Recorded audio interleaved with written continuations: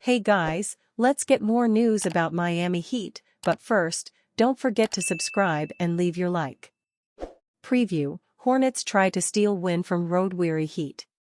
What? Charlotte Hornets, 6-11, 5-4 home, versus Miami Heat, 7-8, 4-4 away, win, 7 p.m. Eastern. Where? Spectrum Center, Charlotte, North Carolina. How to watch: FanDuel Sports Network, NBA League Pass. Outfitting: Hornets, Association, White, Heat, City, Red. Game lines: Hornets plus 3.5, Hornets money line plus 135, O/U 216.5. Injuries: Hornets, Miles Bridges out, knee, Trey Mann out, back, Mark Williams out, foot, Nick Richards out, ribs, Daquan Jeffries out, hand, Grant Williams out, knee, Heat, Kevin Love questionable, knee. The Hornets are coming off an entirely self-inflicted loss to the Magic on Wednesday.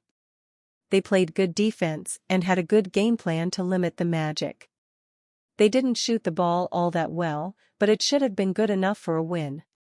Their 27 turnovers had something to say about that. After having a couple of days to lick their wounds, they'll host the NBA's other Florida team. The Heat arrived in Charlotte overnight after playing an NBA Cup game on Tuesday night against the Bucks. In that game, the Heat overcame a 22-point third-quarter deficit to have a chance to win the game at the end. They couldn't pull it out, but they put up a real good fight. If you're one that puts a lot of weight into physical and mental fatigue, then you'll figure the Hornets have a significant advantage tonight. The Hornets will be looking to make amends for their errors on Monday.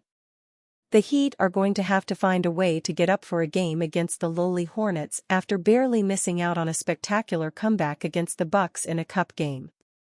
Every scouting report on the Heat starts with Jimmy Butler. He's had some ups and downs this season, but it's been more up than down the last few games. He is barely shooting threes this season, which means he's good for 3 or 4 tonight. But more importantly, the Hornets need to defend him without fouling. He gets fouled on his shot attempts more than any non-big in the NBA according to Cleaning the Glass. Nick Richards leads all players in that category with 31% of his shot attempts resulting in fouls, in case you were wondering. Butler is one of the better mid-range scorers in the league, but you can live with the general inefficiency of the mid-range game if you keep him off the line. The Heat are a good three-point shooting team around Butler. Tyler Herro and Alec Burks have been lethal high-volume shooters. Duncan Robinson and former Hornet Terry Rozier haven't been quite as good on the season, but we're very aware of how deadly they can be if they get in rhythm. Terry will certainly be extra motivated as well. It goes without saying, but I'm going to say it, the Hornets have to take better care of the ball tonight. The Heat take care of the ball well. It's just about the only thing they do particularly good or particularly bad. If the Hornets get sloppy again, it's likely they'll get badly outscored in points of turnovers again. They probably won't win much if that continues to be the case. Giannis less Bucks edge Heat, Rockets advance in NBA Cup. Lillard hit 10 of 17 from the floor and 8 of 13 from three-point range while passing off 12 assists as the Bucks improved to 3-0 in group play while the Heat slid to 1-2 and never led. It's a game of runs. I got off to a hot start, Lillard said. I didn't try to force the issue. I didn't want to be passive. I tried to stay aggressive. I was getting the ball out. We just made good plays. All 30 league clubs play for the NBA Cup in an in-season tournament, with teams divided into 6 groups of 5 for round-robin play in hopes of advancing to December knockout rounds, with games also counting in the regular season standings. The Houston Rockets qualified for the quarterfinals, but the surprise was in Miami, where Greek star Antetokounmpo was a late scratch with a left knee injury, leaving Lillard to take the scoring load. A 26-9 Heat run to end the third quarter cut a 22-point Milwaukee lead to 85-80 entering the fourth, and a 16-7 Miami run lifted the hosts' level at 96-96 with 4:02 to play. Milwaukee's A.J. Green and Miami's Terry Rozier traded three-pointers late, the last by Rozier lifting the Heat within 104 to 103 with 30 seconds remaining. Green sank another three-pointer, but it was launched just after a shot clock violation and wiped out, giving Miami the ball with 5 seconds to play. Miami's Tyler Herro missed a three-point shot and Milwaukee's Taurean Prince sank 2 free throws with 1.2 seconds left, setting the stage for a Rozier three-point miss at the buzzer. Guys made shots, played aggressive, we got some stops when we needed it, we made some free throws and that's what it takes to win close games, Lillard said. We've just had a lot of experience in these games where we have lulls in the second half and get into a dogfight. We let a few go early in the season, everybody wants to improve. We want to get right from the jump and I think we're starting to show that down the stretch in these games. Jimmy Butler led Miami with 23 points.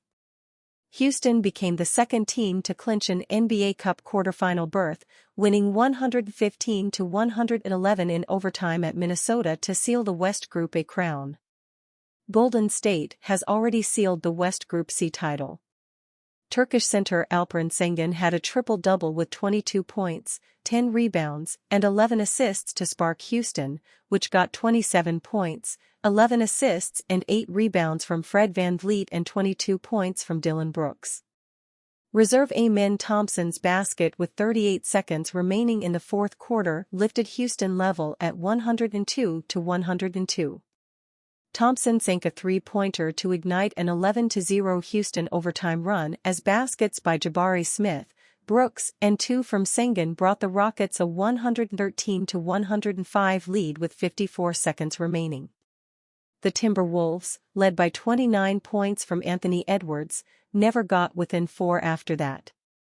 French star Victor Wembanyama scored 24 of his game-high 34 points in the first half to spark the San Antonio Spurs to a 128-115 victory at Utah, eliminating the Jazz's title hopes.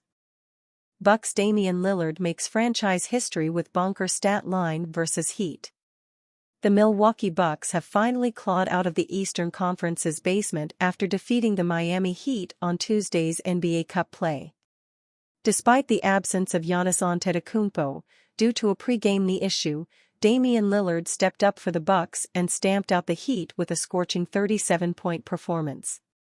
Moreover, Dame Time's hot shooting put his team up by as much as 22 points, and the Heat simply had no answer for him.